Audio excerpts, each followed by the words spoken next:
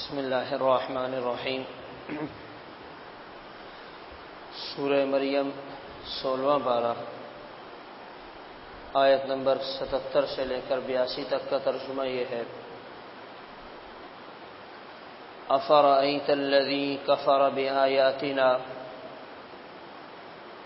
آیا آپ نے اس شخص کو دیکھا جس نے ہماری آیات کا انکار کیا، وقال لأوتین مالا وولدا، اور استہزاء کے انداز میں کہنے لگا مجھے آخرت میں بھی مال دیا جائے گا اور میری اولاد ہوگی۔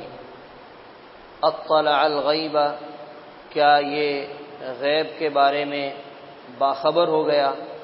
ام اتخذ عند الرحمن عہدا، یا اس نے اللہ تعالیٰ کے ساتھ کوئی وعدہ کر لیا؟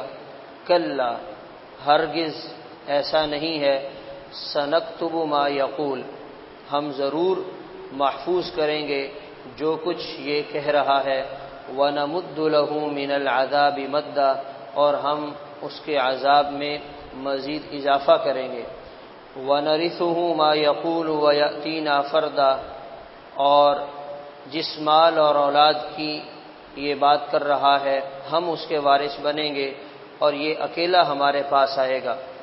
واتخذوا من دون اللہ آلہہ، اور انہوں نے اللہ کے سوا غیر کو معبود بنا لیا، لیکونوا لہم عزا، تاکہ یہ ان کے مددگار بن سکے۔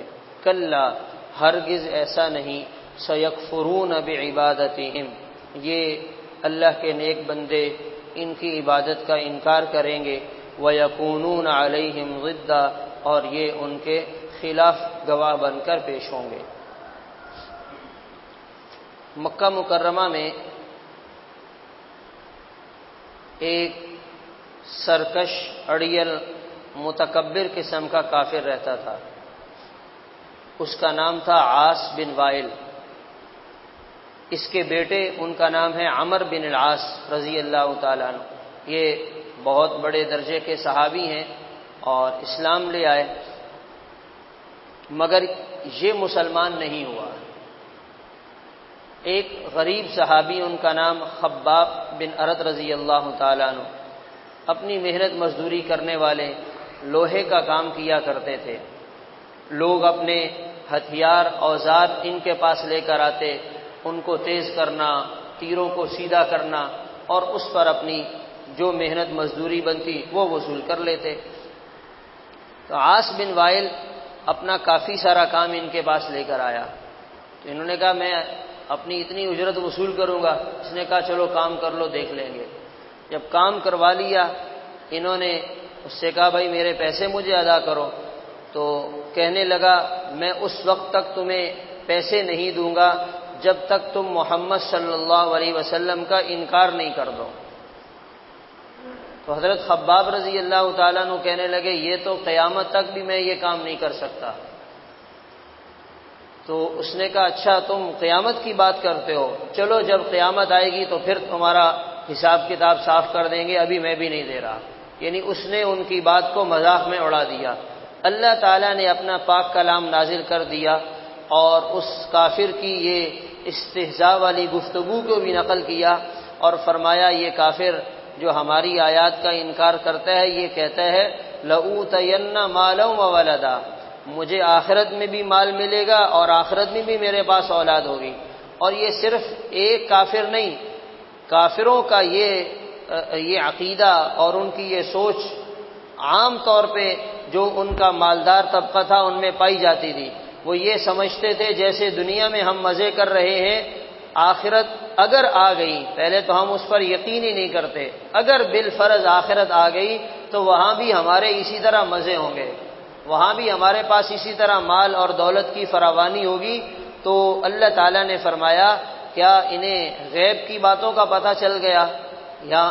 یہاں دنیا میں بیٹھ کر انہوں نے آخرت کے حالات دیکھ لیے اور وہاں سے انہیں اندازہ ہوا کہ وہاں بھی ہم مزے میں ہوں گے، یا اللہ تعالیٰ کے ساتھ ان کا کوئی معاہدہ ہو گیا، سائن کر لیے اور اللہ تعالیٰ نے فرما دیا دنیا بھی تمہاری آخرت بھی تمہاری۔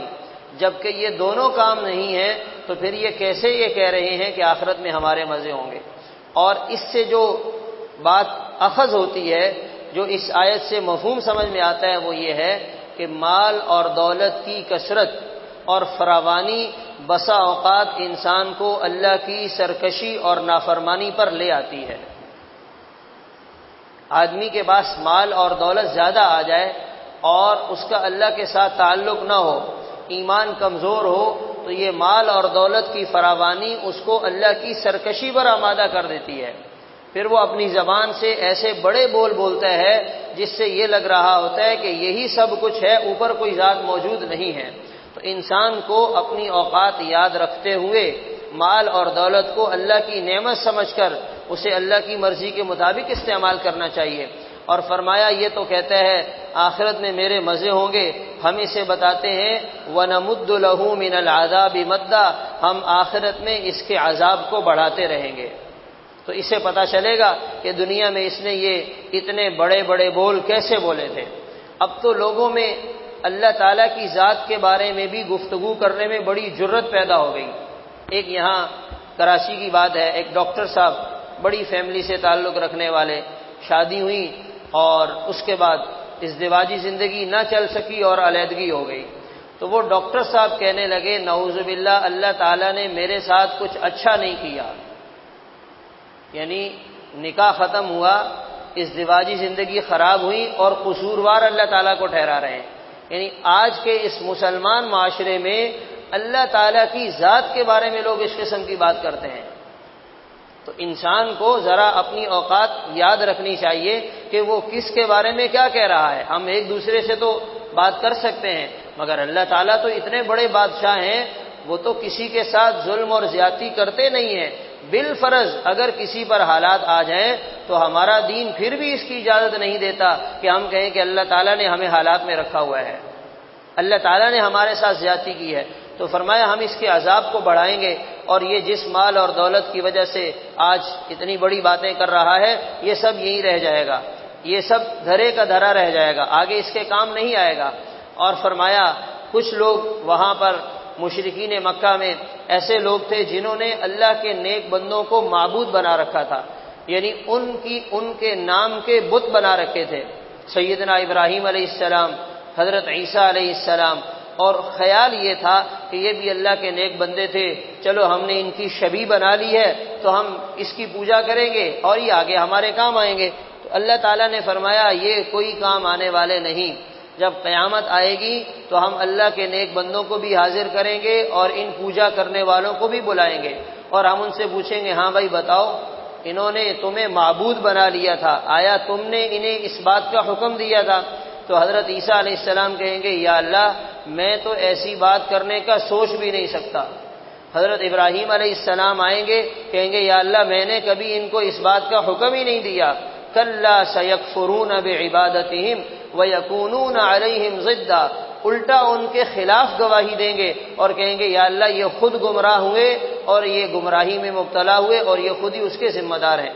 تو اس لیے انسان کو کسی دوسرے کی وجہ سے اپنی آخرت خراب کرنا، کسی دوسرے کی غلط بات کے پیچھے جانا، اس طرح کرنے کے بجائے وہ کام کرے جس کام کے کرنے کا اللہ تعالیٰ نے حکم دیا ہے یا حضور پاک صلی اللہ علیہ وسلم نے اس کی تعلیم دی ہے۔ اللہ تعالیٰ عمل کرنے کی توفیق عطا فرمائے۔ اللہم